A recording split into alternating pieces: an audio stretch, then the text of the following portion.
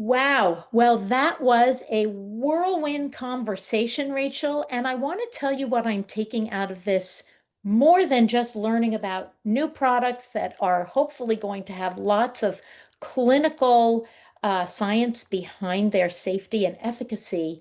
But more than that, I am learning that the research and men's sexual health world is really starting to translate into the women's world. And women are going to get their own research that's going to be enhanced on products that are out there to better their quality of life in the sexual space.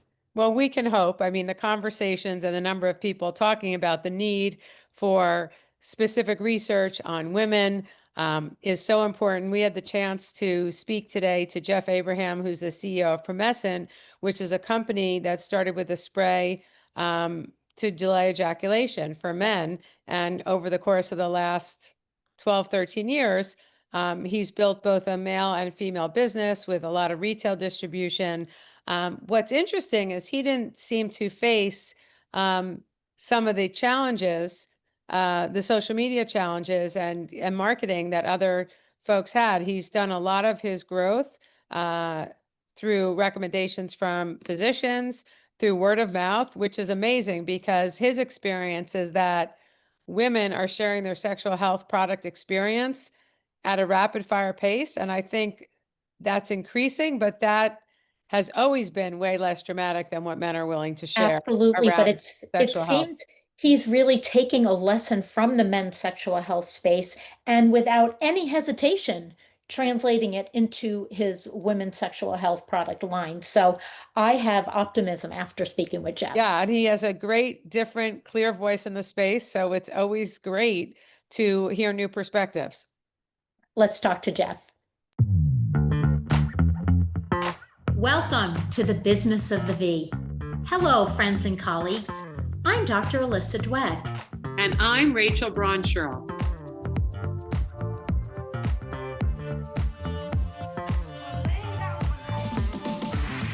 Each week, we bring you the most fascinating investors, inventors, entrepreneurs, academics, and healthcare practitioners who are making things happen in women's sexual and reproductive health. If you are a woman, know a woman, have a business, or care about your V health and wellness, fasten your seatbelts and listen in to another informative and inspiring episode. We're so excited today to have Jeff Abraham, who's the CEO of Promescent. We're looking, if you're watching on video, you can see that Promescent's tagline is better in bed, which we love. And those look like they're meant to be fallopian tubes. Is that what I'm looking at? You know, it's really strange. A lot of men think that they're goat's horns or ram's horns. A lot of women think that their ovaries are fallopian tubes. So it's, I guess, whatever you want it to be. It can vary between kind of a masculine symbol and a feminine symbol, but it works for both. So Sure. make of it what you want, you know? So tell us about the impetus. You know, we obviously read about it, and but we'd love to hear the story behind Promescent, how you started with male sexual health, expanded, and started talking about performance, and then expanded into intimacy. So tell us a little bit about your background and how you came to be the CEO of this company. It's rather interesting, and you'll never find a more circuitous route to being the CEO of a sexual wellness journey than my own.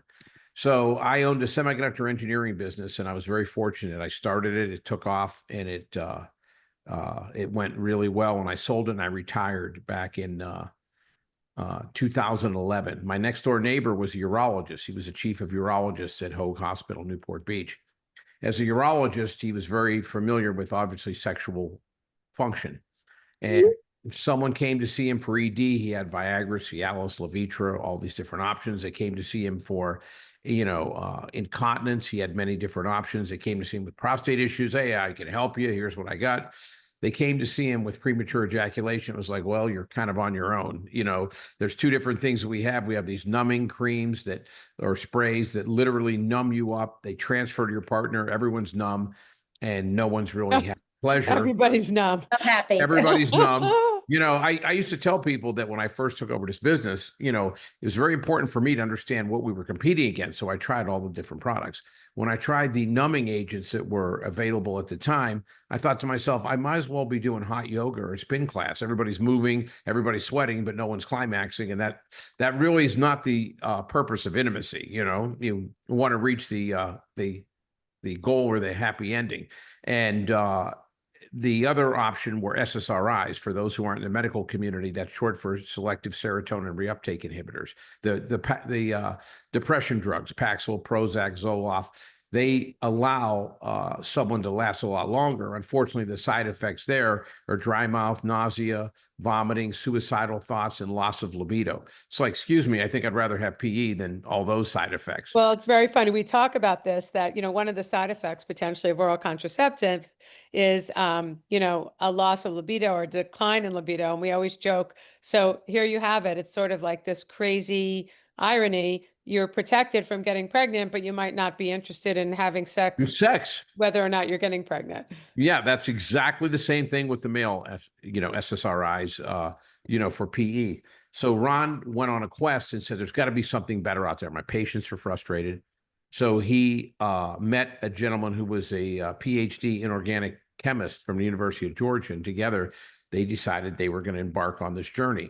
They took the basic lidocaine-based sprays that numb people, and they decided that if they could somehow make the lidocaine. Now, lidocaine in its base form is a crystal. It sits on it's like a grain of salt. It sits on the surface of your skin. Hence, the lack of surface sensitivity for the male and transference to the female partner.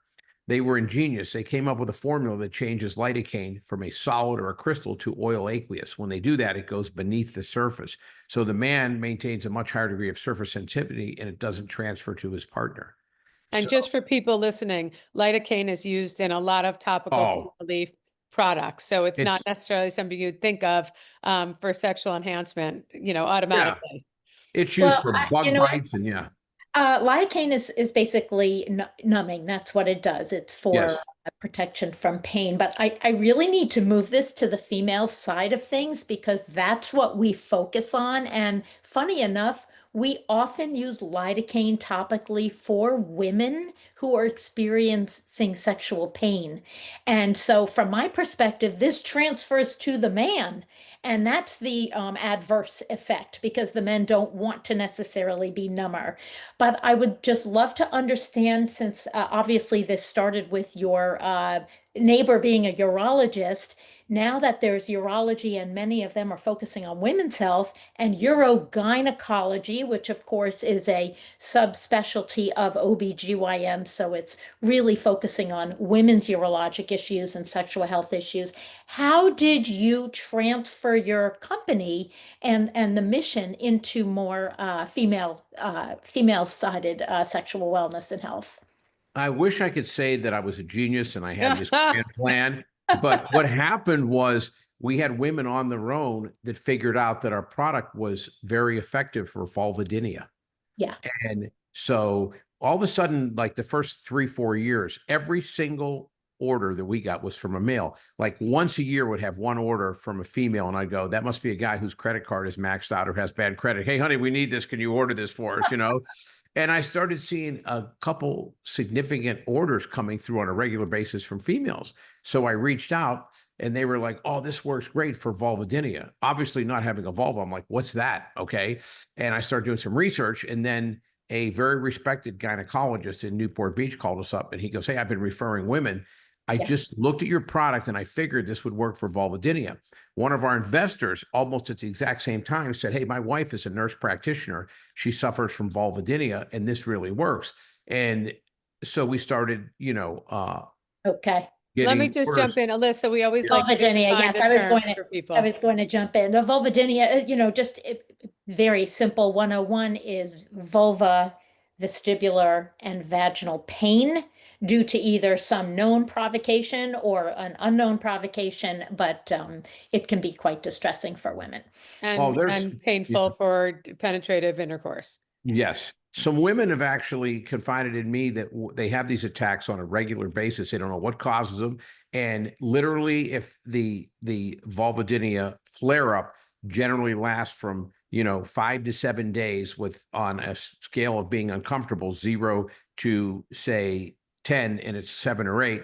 If they literally use Promescent when they first get that feeling of spasm, that the duration, instead of 5 to 7 days, will be 1 to 2 days, and the level of being uncomfortable will go from 7 to 8, will go to 1 to 2. So we literally have women that say, I will not leave the home without a bottle of Promescent in my purse, so that if I get that first, that tingle, that feeling like here it comes, they immediately hit it with Promescent, and then they do that over the next 24 hours. Would you explain what that is and how it's working and whether it's studied? I mean, just because many people might not be familiar with the product itself.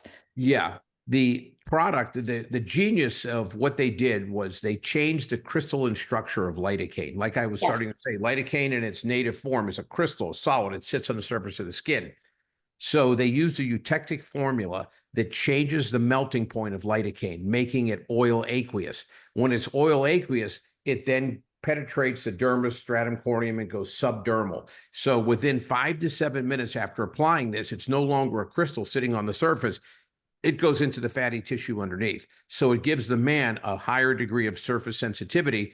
It doesn't transfer. And that's one of the reasons why it's effective for vulvodynia, because when you apply it, it doesn't just sit on the surface. It literally goes below where the spasms are starting and calms that down. So for women, this is a spray that's used externally on the vulva, and the purpose of it is to diminish pain related to vulvodynia or other reason. Yeah. We're actually trying to line up some urogynecologists and some gynecologists right now to do some clinical trials, because right now it's kind of anecdotal and people find it and on these chat boards. And when someone suffers with someone for 15 to 20 years and they find something that works, they just go out and start telling people right away. But we would like a clinical trial so we can make a separate product and advertise and literally promote that product. And when you say clinical trials, is this specifically for vulvodynia in women, or is it for the safety and efficacy of this different formulation of lidocaine?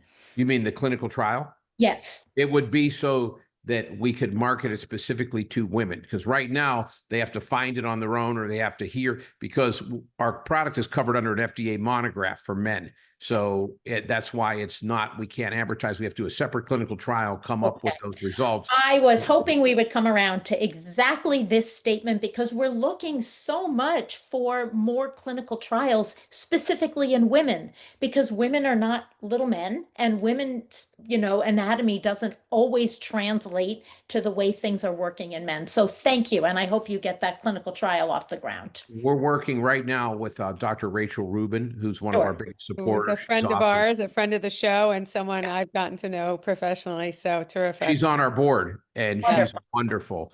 Her and Ashley Perlman. One of the things that I've done very early on is it was very apparent to me that why is there so many men's products for sexual health, especially back in 2010, 2011, 2012, and very few for female. So it was partly from a business standpoint that we went to females, but it was also partly because I thought it was unfair, that it was all these products focused on men's sexual health and very few on women.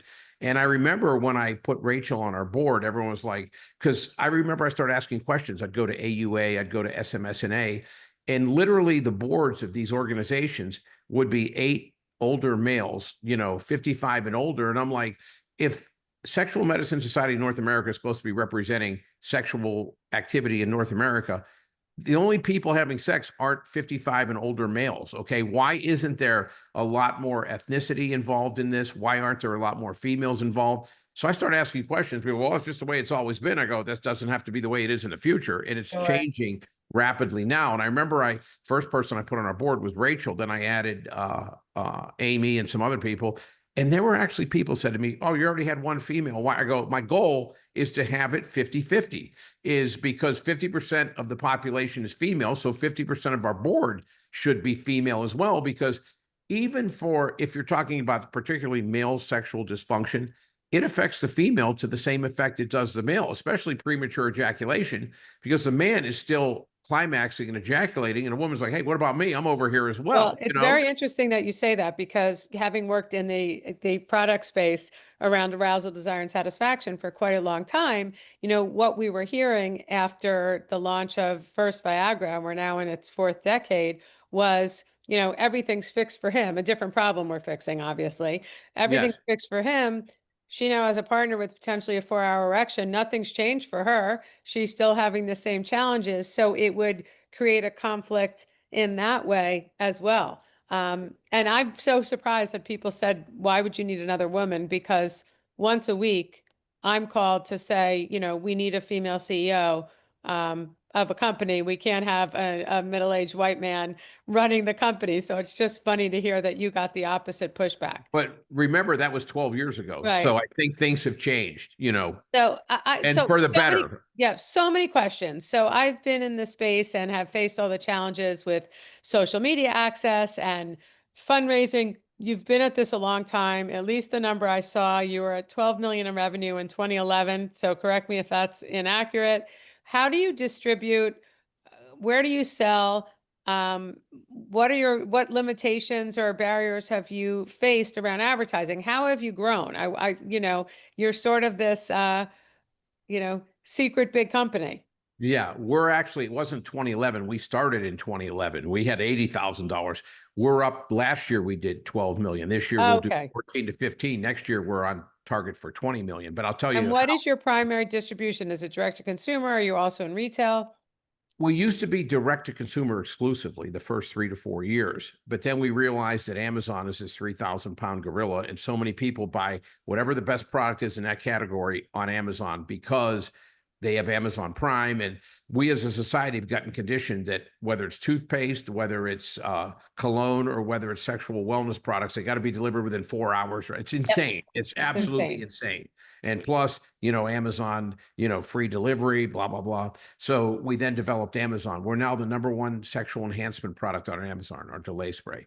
So that was our second. For men and women, or is that specifically for men, the way they're defined? Well, all of our products are on Amazon, but our hero product is the definite delay spray. That's the most popular. That's the biggest market. Hence, the most sales come from that.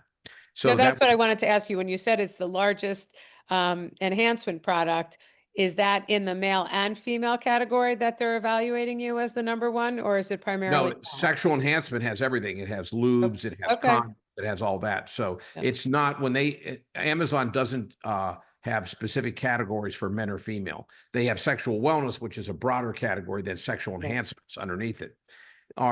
Then I realized about 5 years ago that we didn't really have a retail presence. We had some independent pharmacies. We broke into Target, and we got nationwide distribution in Target. And then 3 years ago, we got nationwide, or shouldn't say nationwide, we got 1,000 stores in Walmart.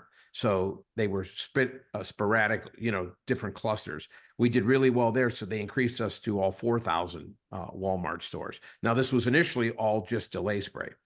And this past year, we added HEB, which is a chain in Texas, a very upscale grocery chain in Texas. This year, we've added CVS nationwide. We've added Meijer, which is a chain based in Grand Rapids, Michigan, which is kind of a Walmart superstore kind of a thing. And we just launched this week at Wegmans, which is based in the Atlantic seaboard, which is Maine, New Hampshire, New York, Massachusetts. So we're really, really proud of that. So we've gone from initially 1,500 retail locations, then 2,500 retail locations 3 years ago, then 4,500 retail locations 2 years ago, and now we have 14,000 retail locations. Now we've also begun to roll out our female arousal gel in mass distribution. So we have our delay sprays combined with our female arousal gels in almost all of our partners right now. Let's talk a little about that, because I want to understand what you think is the biggest unmet need in the women's health and sexual health space. Is it arousal? Is it orgasmic function? Is it libido, which is very complex for women? What are you noticing as the primary spot, or are you just addressing all three? We're addressing all three, but we notice that at least from the people that we deal with, that arousal is one of the things, and it's exacerbated by menopause. And that a lot of people find that even if they have arousal issues to begin with, that their menopause makes them even more of an issue. So we have a product, it's called VitaFlux. It's both for men and women, and it's a nitric oxide product. And every single vein and artery in our body is covered with an epithelial layer. And when you're young, it's very supple. And the epithelial layer has function. And the function is it's to keep bad things out, bacteria, viruses, and to allow the absorption of hormones and vitamins and minerals in. Now, when you get to be my age, way past the age when it first starts happening at 40s, is it becomes brittle. And when it becomes brittle, it gets better keeping bad stuff out, but it also starts keeping good stuff out, vitamins, hormones, minerals. So men and women both start having about another 0.5% of body fat per year and losing about 0.5% of lean muscle per year. That's just because of the lack of hormones, vitamins, and minerals absorbing. VitaFlux, one of the primary purposes, it softens that epithelial layer and it increases blood flow. So it increases libido. One of the benefits, we have a ton of women who use that product specifically to regain the ability to naturally moisturize, because when women have that, it's not only a physical issue having to use all of the lubrication, it's a mental issue, both for her and her partner, because we've just been conditioned, both as men and women, to feel when a woman doesn't lubricate naturally, she's not turned on. It doesn't have to be that way at all. A woman can have very strong feelings and desires, but sometimes her body doesn't lubricate because of different conditions. That doesn't mean that she's not turned on. Right. And I so, would say your biggest competition, or shall I say adjunct, is going to be estrogen, local yes, vaginal estrogen, which literally my community wants to put in the water right now. So, would you say that these products are considered adjunctive to local vaginal estrogen, or are, in your mind, are they instead of or taking the place of? And how are women learning about this mechanism of action? they're an adjunct. I know that Rachel and Ashley Winter and Amy Perlman are all huge proponents of Yeah. estrogen. And from what I read, the data is it it's it's non-controversial. That it's necessary. And Dr. Rubin was very recently testifying on Capitol Hill about changing the labeling on estrogen. That's exactly, and that needs to happen. And it doesn't need to be 10 years or 20 years. Sometimes the FDA is so frustrating, because Ah, you look at European countries, and when the anecdotal evidence is overwhelming and it makes sense, you don't have to wait 10 years or 12 years or 15 years to give people the opportunity, to say, hey, this could improve my life, because no one wants to go, I could have found something 12 years ago, which I found now, and I missed in my entire 40s and the early part of my 50s having better intimacy. And so I think it's an adjunct. I don't think that they're mutually exclusive. I think they work well together. And one is better for certain things, and certain things that go together. The arousal and libido and climax mechanisms of both men and women is very complex. And yeah. it's not a one size fits all. I tell this to people all the time. No matter which product we have, people go, oh, well, this definitely solved this issue. And I said, well, explain the origin, because some things are more physiological nature. And let's face it, when it comes to sex, some things are more psychological in nature. And you have to, I always tell people, seek a medical professional and really and truly educate yourselves, because when I first started our website and stuff, I got a lot of feedback and pushback. People go, are you trying to educate people or sell them something? And I was like, I believe that the more education you have, the more information you have, the more roads lead to us. And one of the huge gaps that we talk about all the time is the lack or the inaccuracy of sex education in the country. 30 plus states require sex ed. A subset of those don't even require it to be medically accurate.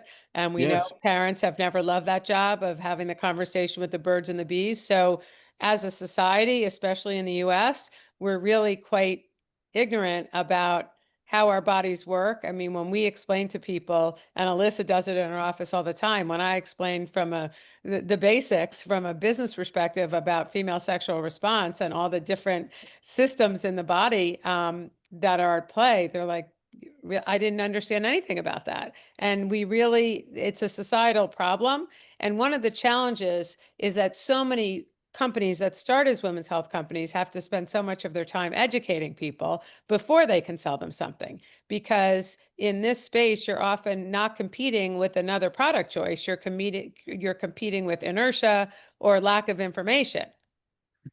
True, but I'll tell you another thing that really frustrates me is because there's a lack of information and because so many people self-diagnose and don't seek a medical professional, you see a lot of these quack companies come out and they put these claims that are so outrageous. And it's very, very difficult sometimes when you're doing things the right way and you're ethical and you believe in having clinical studies and you're competing against products that someone's making in their garage that make these outrageous claims that know they're going to be gone 3 to 4 years down the road. So they don't really care about the long term. They're just making as much money as they can in the shortest period of time. You take that in conjunction.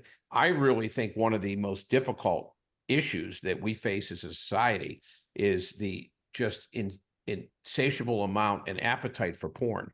Because when I grew up, there weren't cell phones, there was nothing. Okay. The first time I had sex and I was intimate, it was like, wow, the first time I knew anything about it.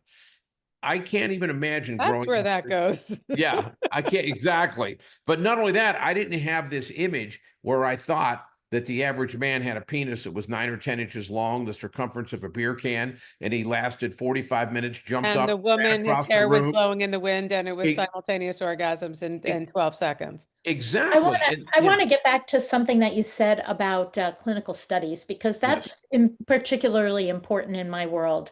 Number one, are your formulas for these, blockbuster, your hero products, are they patented and how do you study them? Are you doing randomized controlled trials? Are they patented? Are they licensed? How does that work, including the They're devices? Yeah, they're patented, and the patents are in place until 2031. They're Mhm. rock solid. And we had Dr. Kristen Mark from the University of Kentucky Sexual Wellness Center in conjunction with Dr. Ian Kerner did our clinical trials. Great. And they showed that the average male lasts 64% longer when using our products. So we didn't have to do safety clinical trials because our product is covered under a monograph. Lidocaine has been around 70 years. It's used in so many different applications. So our clinical trials were more about efficacy because they're covered under a monograph. So we're Okay. very fortunate in that regard.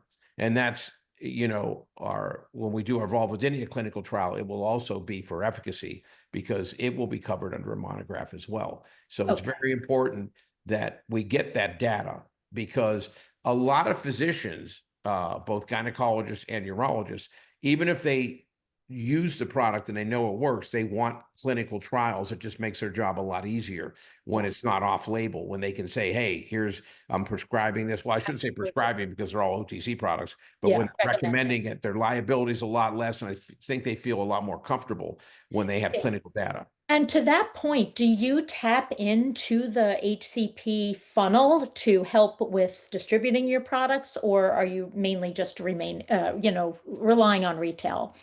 We're relying on retail right now. That's the best route for us. It's the easiest route for us.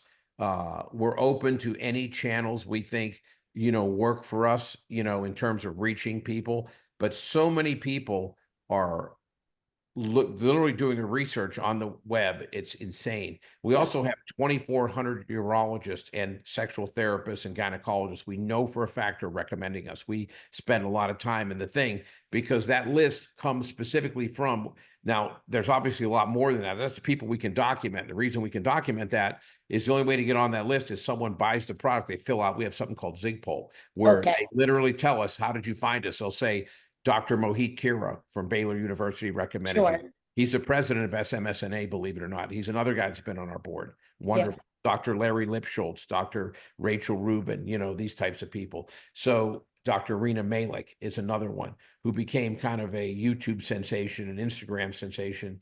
She's a thoracic or a pelvic surgeon. And she found our product, I guess, through some of her practice and start recommending it. So the only way to get on that list is if someone specifically says, I bought it because of this recommendation. So we know that it's at least 2,400, but everyone doesn't fill out that thing. So we know it's much higher. Yeah. Thank you. Yes, I would agree.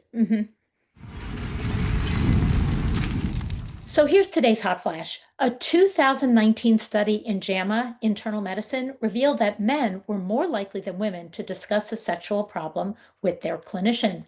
For example, 31% of heterosexual men had spoken to a doctor about a sexual concern, compared to only 20% of heterosexual women. So, Alyssa, I'm curious, when people are coming into your office, are you recommending specific products, or are you Absolutely. recommending product categories, and are you making sure that they're, it's almost rhetorical, that they're clinically validated?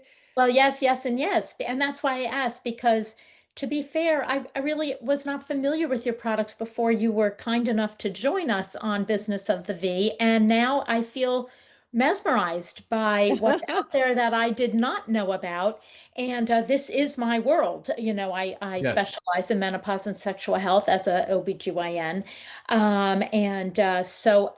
When there is such a wild, wild west of so many options out there, it behooves us to help our patients to make real decisions, because it can be overwhelming to try to, just look at the web on your own and figure out what's actually been studied. So all of those things are extremely important to me as a provider. Who do so we ran right past this, but where was the original funding? Did you fund the product and the company? It doesn't sound, or I haven't seen that you took outside capital, which makes you unusual in this space to have grown to this size. I imagine you're profitable after all this time. So I'd love to learn more about that, the funding and the profitability. I'm extremely proud of the fact we're very profitable and our shareholders all get dividends on a quarterly basis. The original funding came from me. I was Ron's next door neighbor, and he came to me and said, "Hey, I started this company. I'd really like your help, your business acumen." I grew up on the poor side in a little coal mining town south of Pittsburgh, Pennsylvania. I moved to California. I was 24 and then retired at 53. I had a lot of success and retired. So he came to me and I was like, "Wow, this sounds really interesting. Does this work?" And he's like, "Yeah." And I said, "I don't have PE, but I'd like to try it. So he gave me a sample. I was like, "Oh my God, this is fantastic." Every man, let's make one thing perfectly clear, and this is the foundation of why we've become so successful. Every man, whether they admit it or not, unless you're in the half of 1% category, at one point in his life has been very cognizant of the fact that he's about to finish and his partner hasn't climaxed yet. A lot of people, a lot of urologists, there's actually a term, even Ian Kerner and Laura Berman and everyone uses this term. It's the arousal gap or the orgasm gap. Because let's step out of PE, that world, in the normal, healthy, happy couple. The average man lasts just under 6 minutes, 5 minutes and 42 seconds during penetration or thrusting. The average female without extensive prior stimulation takes about 17 or 18 minutes to climax. So it's called the arousal gap. That's why there's 7 trillion vibrators in the world. That's why guys stop, start, listen, think about baseball scores, all these things to delay the actual ejaculatory response. So you're in a situation where there's this natural gap between men and women. And so this And then add to that many women don't ever achieve orgasm from penetrative intercourse anyway. That's exactly right. I was going to say that there's a significant amount of women that don't achieve climax through. And that's one of the reasons why when we talk about how we evolved as a company, we went to develop vibrators and everything else, because we had to educate men, because a lot of men were intimidated at first. If my partner's using a vibrator, that means that I'm not a good lover. Not at all. Leave the ego at the door. And we still have faced those challenges in marketing these products. Are you kidding me? They're huge. Okay. And we have women asking all the time, can I get addicted to my vibrator? And, is that something I should worry about? So it goes both ways. Yes, exactly. I have counseled so many men, our customers, even my friends and everything over the years. Your job is to make sure your partner has as many and as most intense climaxes as she possibly can. It doesn't matter whether it's you, whether it's a vibrator, whether it's toy. It's your goal is mutual satisfaction and both people being satisfied and happy. Don't let your ego get in the way. Okay. And there are many different ways that people can achieve climax. A lot of people feel that if they masturbate extensively, oh my God, that means then I'll be addicted. The only way I can masturbate or climax is through masturbate. That's not the case at all. What you have to do is be open to all forms of stimulation. And in a good, healthy relationship, there is dialogue. Sometimes people say to me, what's the most important thing you could do if you could have a lot more people have better intimacy? And I go, better communication. We have people that literally will tell us, the male will tell us, I'm having these issues. And I'll go, well, what does your partner say? Well, we haven't discussed it. I go, wait, you're married, you have 3 kids. You climax within 30 seconds every single time. You've been together 20 years. You've never discussed it. They're like, no. I have female tell me the same thing. We had this scenario that we used to make a joke that if we had $1 for every time it happened, we'd have $100, and we had to change it to 1,000. Now we're up to 10,000. That we'll talk to a couple, and I'll say, "Oh, this is what we do. This is our product." And the guy will go, "That's the last thing we need in this relationship is, what I mean." And then for some reason he'll wander away, and the woman comes up and goes, "We do have that issue. Give me a sample of that." And I'm like, "Oh my God!" It's like, I always tell people this. A diabetic is never afraid to say, I take insulin. Someone with cancer is never afraid to say, I use chemotherapy. Why is it that sexual aids, especially men, are so hesitant to say, hey, I want something to jazz up and spice up our sex life? I do a lot of serious radio interviews. I do a lot of podcasts, and a lot of times they're interactive where they allow people to call in. 50% of the people that call in are female. Okay. Even when all we had was a PE spray. A woman will always have the exact same question. We need this in our relationship. How can I bring it up without hurting my husband's or boyfriend's feelings? And I used to tell them the same thing. I used to say, have like a 50 Shades of Grey night. Don't ever say you're deficient. You're not lasting long enough to satisfy me. You have to massage that fragile male ego, So you have to say our sex life is already fantastic, but let's have a fantasy night. I'm going to give you a blindfold and, a feather duster and whatever, and then add the Promescent in there as well and say, well, I really want this to be an extensive night. Because I tell people, once you give a man a product that gives him more control, you never have to give it to him again. Men love control. They just do. It's, for whatever reason, it's not a good trait, but I always tell people that if you ever see a couple going out on a date and the female's driving, generally speaking, the guy lost his license for too many DUIs and he has no license. You go over a couple's house and you want to watch TV, the guy has the remote, men have this insatiable desire that they have to be in control. And so when you give someone that empowerment and you introduce them to the product, you never have to introduce them again and say, hey, let's use that again. Men love control. You know what? I am listening to all of this, and I think I'm going to share this cartoon that I often have put in my speaker decks where we have sexual function for men and sexual function for women. And the man slide is a simple light switch, and the women's slide is mission control in Houston.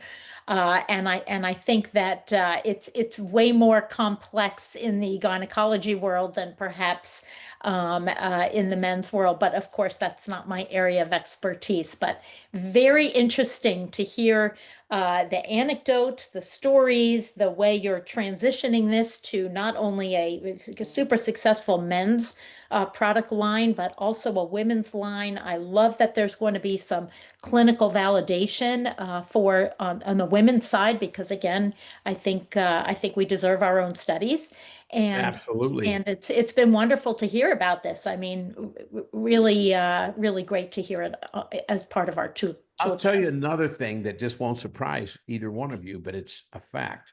The first 7 or 8 years that we were in business and we were strictly men's products, on our Zigpole thing, there's all these different categories. Referred by a friend, I think 1 person out of 7 years ever checked that.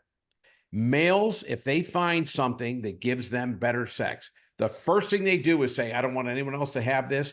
I'm using it. They want to be the biggest, brightest rooster in the hen house. They want to go impregnate every other hen. Okay.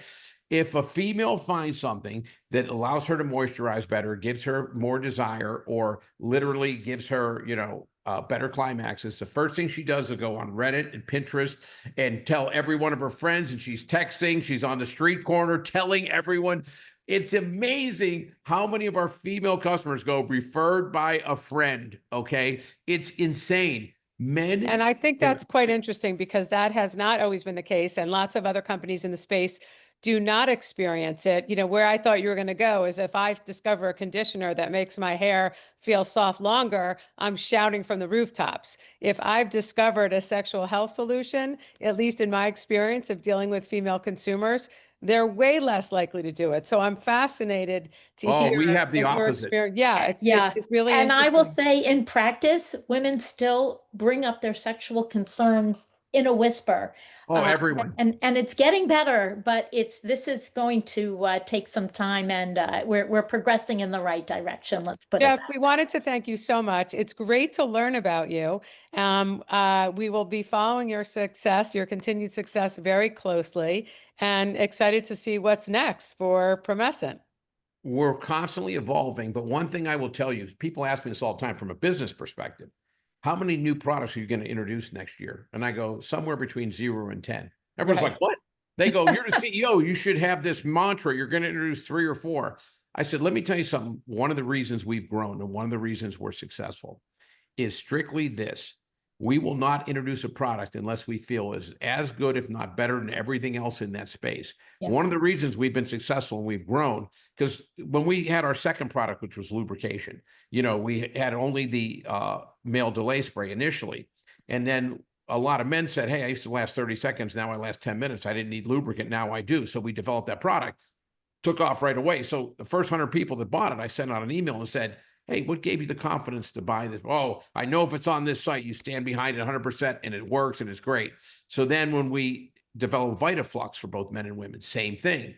So then we went into vibrators and everybody says, well, the other ones were all lubes and gels. That'll be completely separate. It took off immediately. So first 100 people that bought vibrators, I sent them an email and said, why'd you buy it? And everyone said the same thing. If it's on this site, I know it's top quality and I know you stand behind it 100%, because every one of our products has a 30-day full money back, unquestioned guaranteed.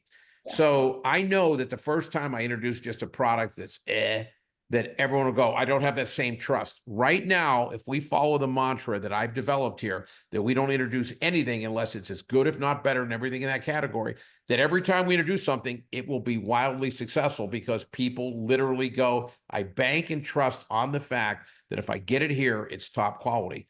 Our newest product, which is already a success, it's only been out a month, you'll laugh when I tell you this, is a male masturbation lotion called Go Solo. And yeah.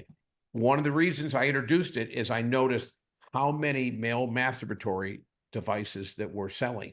And I thought, wow, there's really nothing specifically designed in that space. So we did, and it's been an immediate success.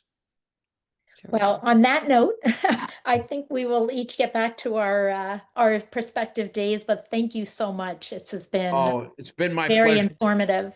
I can tell you that you are exactly the type of people we love to partner with, because you're intelligent, you're focused, you're really trying to help people. You're not in a situation of just getting clicks. There's information, there's knowledge, and the goal has to be improving people's lives. You want to be successful because you're doing it the right way, not be a flash in the pan. And all of a sudden, one year have 200,000 in sales, the next year have 10 million in sales. Then the following year be back to 200,000 because people go, your products don't work.